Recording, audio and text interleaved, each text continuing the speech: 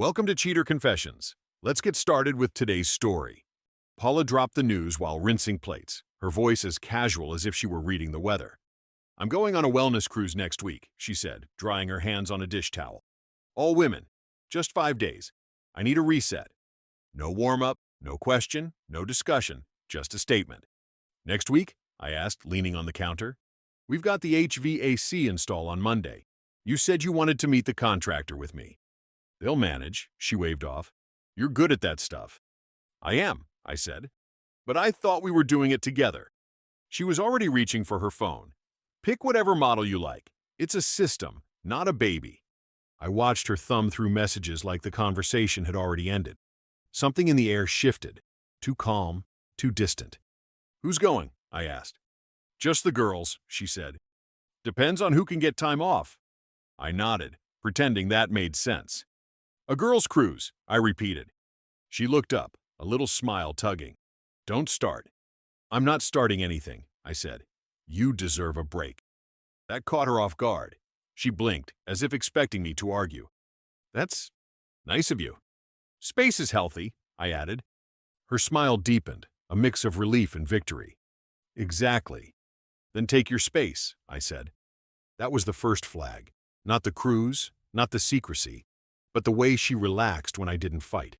Relief shouldn't look like happiness. After she went upstairs, I stood there. If she was testing distance, I'd let her measure it all she wanted. This wasn't about a cruise. It was about seeing what she could get away with. And I was going to let her sail, just to see who started calling when the tide turned. The week before, her trip felt like a quiet rehearsal for something bigger. Paula started coming home later, talking faster, saying less. One night, she breezed in smelling like new perfume and said, "Don't wait up next week. We'll have spotty service out at sea." "Good to know," I said, keeping my eyes on the TV. "You booked the flight already?" She hesitated. "Working on it. Bonnie's handling the logistics." "Bonnie?" I looked over. "The same Bonnie who hates boats?" "She's over it," Paula said too quickly, tugging her sweater off. "Don't start being suspicious." "I'm not suspicious," I said. "Just surprised."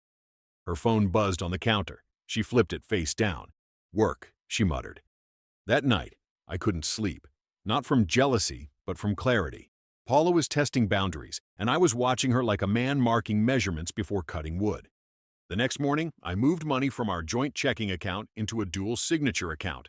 Nothing secret, just smart. I left a spreadsheet on the fridge titled Temporary Plan, Travel Month. It covered bills, groceries, and her trip allowance. When she saw it, she frowned. "This feels controlling." "It's called math," I said, pouring coffee. "Budgets don't lie. Julie's husband doesn't do this to her." "I'm not Julie's husband," I replied. "Different house, different math." That ended the talk. 2 days later, at the gym, I ran into Bonnie. "So, you're taking Paula away from me next week?" I joked. Her eyes flicked up. "What do you mean?" "The cruise," I said. "The one you planned?" She blinked twice. "Oh, right. Yeah, that thing. If I can get the time off." Her voice cracked halfway through. I smiled politely. "Make sure you send her the itinerary. She keeps forgetting to forward it." Bonnie gave a quick nod, then looked away.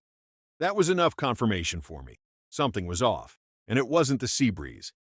By the time I left the gym, I had decided I wouldn't chase the truth. I'd wait for it to arrive, like bad mail that eventually finds your door. 2 nights before her trip, Paula finally sent what she called the itinerary. It wasn't an itinerary, it was a brochure. A glossy PDF full of palm trees, yoga mats, and motivational quotes. No flights, no hotel, no names. "Looks fancy," I said, pretending to scroll. "Where do you fly out from?"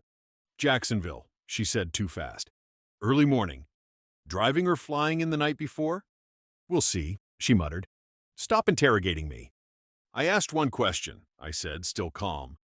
After she went to shower, her phone lit up. I didn't touch it. I didn't have to. We shared a cloud account for receipts and bills. People forget what shared really means. I opened the folder on my laptop. There it was, an email from a travel site. Reservation: Paula Bennett and Nathan Cole. Coastal retreat package. 2 tickets. 1 ocean view suite.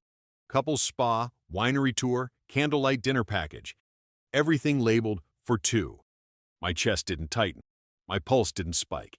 It was like reading a repair invoice. Just numbers, just facts. Within an hour, I'd taken screenshots, copied confirmations, and sent them to my private email and external drive. Then I logged into our bank account and froze every card above the essentials: mortgage, utilities, and groceries. No drama, just system updates. Next, I scheduled a locksmith and changed the safe PIN. At dawn, I printed the emails and drove across town to a small cul-de-sac. The address belonged to Amelia Cole, Nathan's wife. She opened the door in sweatpants, coffee in hand, suspicion in her eyes. "Yes?" "I'm Terry," I said, holding a manila folder. "I think we have a shared problem." Her face stiffened. "What kind of problem?" "The kind that books 2 tickets for 1 bed," I said. She blinked. "Nathan?" "Paula," I confirmed. "This isn't a threat. It's information. I figured you'd want it before it shows up anywhere else." She took the folder, her hand trembling slightly. "Why are you telling me?" "Because truth moves faster when 2 people carry it," I said. By the time I reached home, my phone was quiet. But I knew it wouldn't stay that way. The tide was turning, and every call it brought would be hers to answer. The locksmith showed up that afternoon. He worked fast, replacing deadbolts and rekeying every door. When Paula got home that evening, she tried her key twice before knocking. "What's going on?" she asked. "Upgrading security," I said. Her eyes narrowed. "Why?"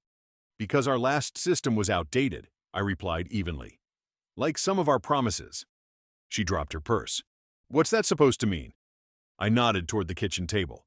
The folder was waiting there, printed copies, clear labels. "Read it." She stepped forward, eyes darting over the pages. When she hit the second email, her lips parted. "This isn't what it looks like."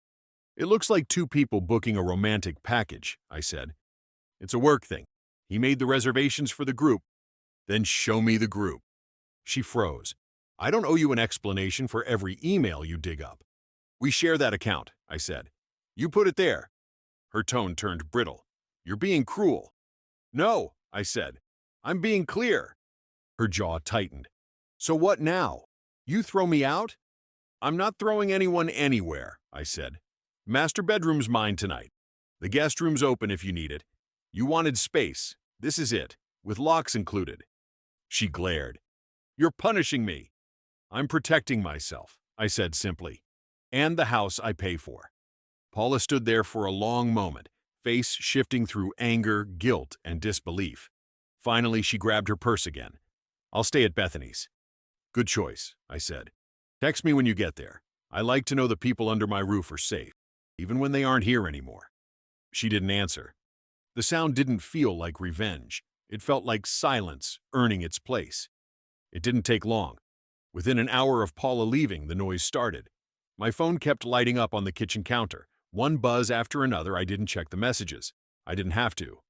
By morning, the story was already running its course without my help. HR was calling Paula. And Bonnie, the friend who'd supposedly arranged the trip, called 3 times before giving up. The next morning, my phone buzzed again. Bonnie this time. I answered on speaker. "Are you happy now?" she snapped. "Paula's a mess. HR is investigating her. Amelia sent the emails to her boss, to Nathan's boss, to everybody." "She lied," I said calmly. "I didn't. You could have talked to her first." "I did," I said. "She just didn't like the topic." Bonnie went quiet.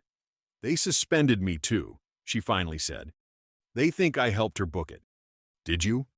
A pause. "Not like that. She said it was work-related. I covered a shift." I didn't answer. Some truths don't need comment. 3 days later, Paula texted. "Can we talk?" I waited an hour before replying. "Where?" She suggested her sister's porch, neutral ground. When I arrived, Bethany looked like she'd rather be anywhere else. She let me in without a word and disappeared inside. Paula sat on the porch swing with a mug she wasn't drinking from. "You look tired," I said. "So do you," she replied, eyes sharp but softer than before. "I didn't come to fight." "Good. I don't either." She took a breath. "I canceled the trip. It's done." "It canceled itself," I said. "You just didn't know it yet." She winced. "I made a mistake. I panicked. I just needed a break." "A break doesn't come with couples' spa packages," I said. She set her mug down hard. You don't have to keep punishing me. I'm not punishing anyone, I said evenly. I'm organizing what's left. Her voice dropped. So what now? I pulled a thin folder from my bag and slid it across the table. A fair split. Appraisal's done, assets divided. You keep your car. Divorce papers are ready. No lawyers unless you want one. Paula stared at it. You already filed? Not yet. I'm giving you a chance to read first. She leaned back, shaking her head. You're just done? I'm done pretending this is fixable, I said. Respect is the only thing I'm still willing to save. For a long time, she said nothing, just stared at the folder. Then she asked quietly, Do you hate me? No, I said. That would still be effort. She wiped her face quickly. So, that's it? That's it. She finally whispered, I'll sign them. Tomorrow's fine, I said, standing. You'll feel clearer after you sleep. By the end of that week, Paula had signed. The divorce was final in less than 4 months. The weeks that followed were quiet, a kind of quiet that doesn't demand anything from you. The paperwork was done, the signatures filed, the house legally mine. I put my energy into the electrical business I owned, took on new clients. Work gave my days edges again. About a month later, I met Nina. She owned the bakery 2 streets over. I went in to fix a flickering light. She paid in pastry and conversation. No games, no late-night questions, no perfume pretending to be excuses. Just peace that smelled like cinnamon. Meanwhile, the world Paula built started collapsing in pieces. I didn't chase updates. They found me. Bonnie called once, crying. She'd been fired after HR traced her part in the wellness cover story. Amelia divorced Nathan and listed their house.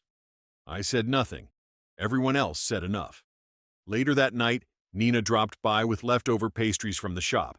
I didn't know what you liked, so I brought everything, she said. I like all of this, I told her. She smiled. You don't talk much about the past. Because it's not in front of me, I said. We ate on the porch while the streetlights buzzed on. No drama, no tension. It was a Thursday evening when Paula showed up again. I saw her car pull up through the front window, slow, hesitant. She parked but didn't get out right away. When she finally did, she stood by the curb holding a small envelope and her old house keys. I stepped outside before she could knock. Evening, I said. Hi, she replied, voice tight. I came to return these. She held out the keys like they burned her fingers. Appreciate it, I said, taking them. She looked past me at the house. The new roof, the trimmed lawn, the freshly painted door. You've done a lot here, she said softly. I like finished things, I said. Her eyes glistened. Do you ever think about us? I think about what I learned, I said. Do you still hate me? I never hated you, Paula. I just stopped volunteering for pain. She exhaled, shaky. I lost a lot, Terry. My job, friends, Bonnie's gone. Even my sister's tired of hearing about it. I warned you the world would call, I said. Looks like it did. Her lip trembled, but she didn't cry. Is there really nothing left? Respect, I said. But that belongs to me now. She nodded, the smallest motion, like a woman signing an invisible contract. You really rebuilt it all, didn't you? I had to, I said. You took what we had and tried to test it. I took what was left and made something that holds. She stepped back and opened the car door, then paused. I hope you're happy. I am, I said. Finally. She drove away without looking back. She lied about the trip. I let her think she was sailing. Within an hour, her whole world was dialing my number. I never raised my voice, never chased the truth. It found her all on its own. The house was quiet, and this time, the silence wasn't waiting for anyone to come home. Zero balance, zero debt, respect restored. Thank you for watching.